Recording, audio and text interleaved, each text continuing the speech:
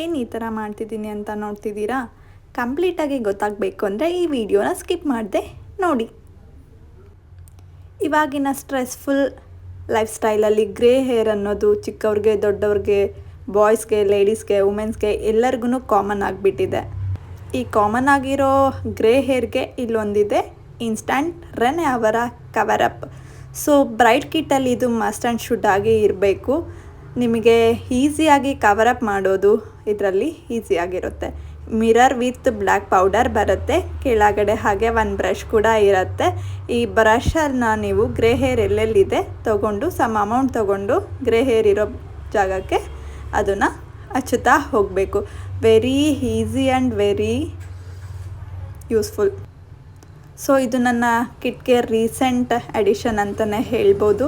ಯಾರಾದರೂ ಈ ಥರ ಪ್ರಾಬ್ಲಮಿಂದ ಸಫರ್ ಮಾಡ್ತಿದ್ರೆ ಲಿಂಕ್ಗೋಸ್ಕರ ಕಮೆಂಟ್ ಮಾಡಿ. ಹಾಗೆ ಹಾರ್ದಿಕ್ ಮೇಕೋ ಸ್ಟುಡಿಯೋನ ಫಾಲೋ ಮಾಡೋದನ್ನ